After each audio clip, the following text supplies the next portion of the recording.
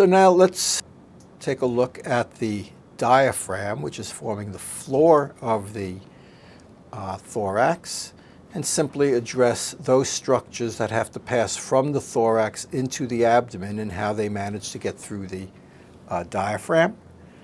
And basically there are three important openings in the diaphragm. We have the hiatus for the inferior vena cava. That's the most anterior of the openings, and therefore it is the highest of the openings, remembering that the diaphragm is a domed structure. So this is going to be higher than openings that are more posterior. That's at the level of the 8th thoracic vertebra. So what goes through the caval hiatus is not only the inferior vena cava, but also the phrenic nerve. The right phrenic nerve goes through there, and after innervating the diaphragm from above, comes around and innervates it from below. Next, most posterior and therefore a little bit lower, is the esophageal hiatus, which passes through the muscular crus or right crus of the diaphragm. And the esophageal hiatus has the esophagus passing through it, but traveling with the esophagus are the vagus nerves. Both vagus nerves are traveling with the esophagus and pass into the abdomen along with it. And then lastly, most posteriorly, and therefore the lowest, at the level of the 12th thoracic vertebra, the esophageal hiatus is at the level of the 10th, at the level of the 12th, and most posterior is the aortic hiatus, and passing through that not only is the aorta, but also the thoracic duct. Okay, so we finished discussing the contents of the thorax, and let's summarize it now and review it by looking at some CT scans. So we'll start with this one, which is a CT scan at the level of the heart. And before we look at the details of it, let's just remind ourselves of how we look at CTs.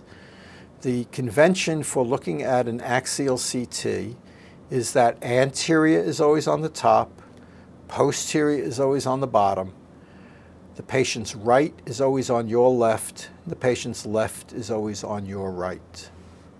And it's very important that when you start to read these, particularly during the exam, is you keep that orientation. Remind yourself of that orientation, that this is anterior, this is posterior, this is right, and this is left, and that will help reduce your confusion and reduce the likelihood of getting lost.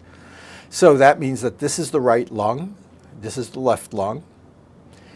Remember, we've already said that the upper lobe will be anterior and the lower lobe will be posterior because of the obliquity of the oblique fissure. So that means this is the right upper lobe and this is the left upper lobe.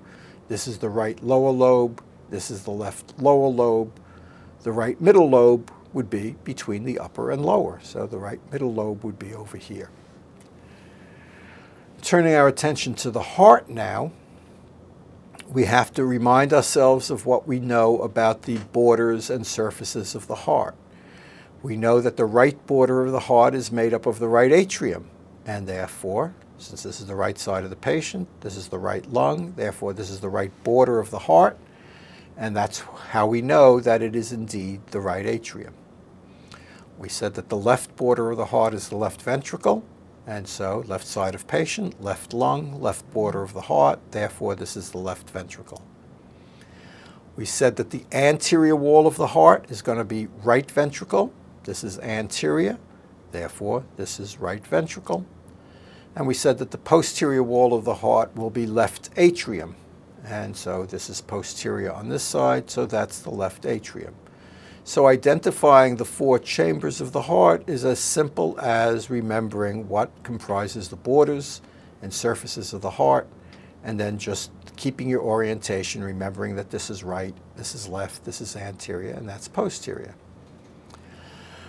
We just made the point that in the posterior mediastinum, the structure that's immediately behind the left atrium is the esophagus. So since we know this is the left atrium, that must be the esophagus. And sure enough, that's what it is. We said that the descending aorta is posterior and to the left of the esophagus, remembering that this is left in that direction, so posterior and to the left of the esophagus. That means that must be the descending aorta. Okay? This, of course, is the vertebral body. There's the vertebral arch with the spinal cord within the vertebral canal. Now, let's take a look at a CT through the superior mediastinum, and we'll look at a few of them. We'll start in the upper region of the superior mediastinum and work our way lower. So here we are. We're in the superior mediastinum.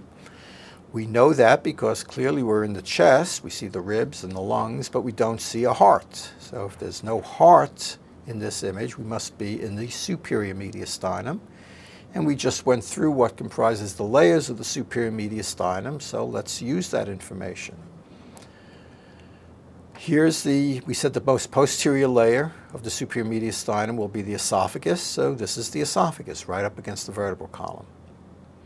We said layer 2 in front of the esophagus would be the trachea, so right in front of the esophagus is the trachea.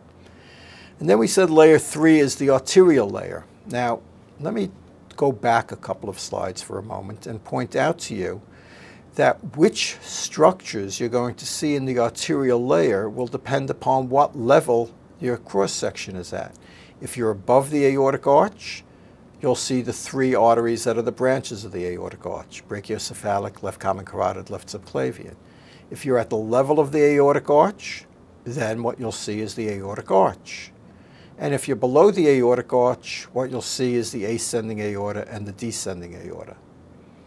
So going forward back to where we were, at this level we're above the aortic arch, so what we should see in layer 3 are those 3 branches of the aortic arch: brachiocephalic, left common carotid, left subclavian.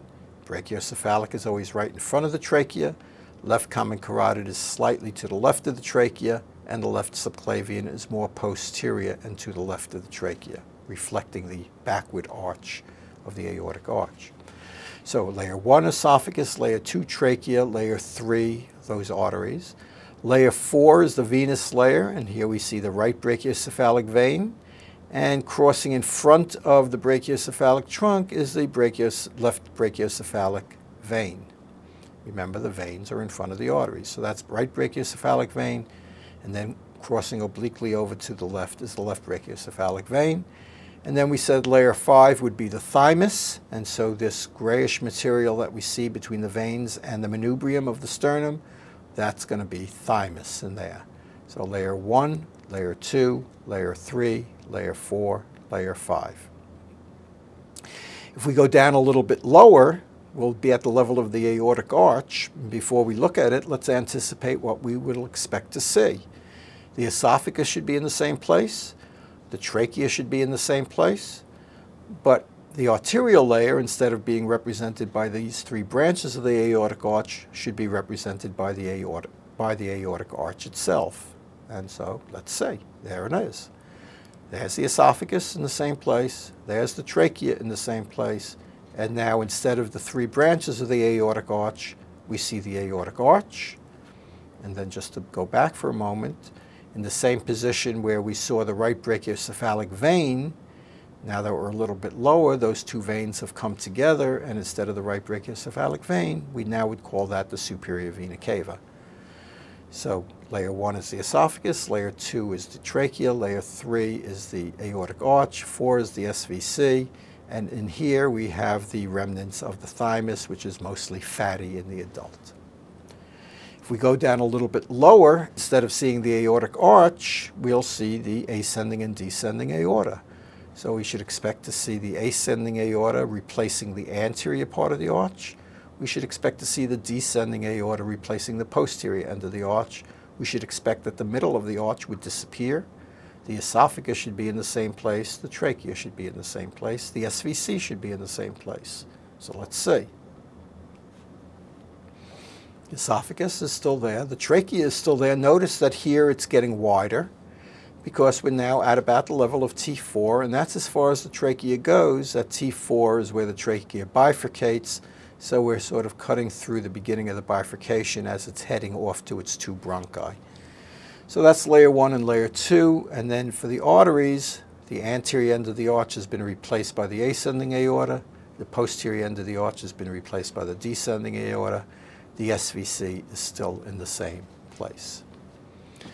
So that now concludes our review of the thorax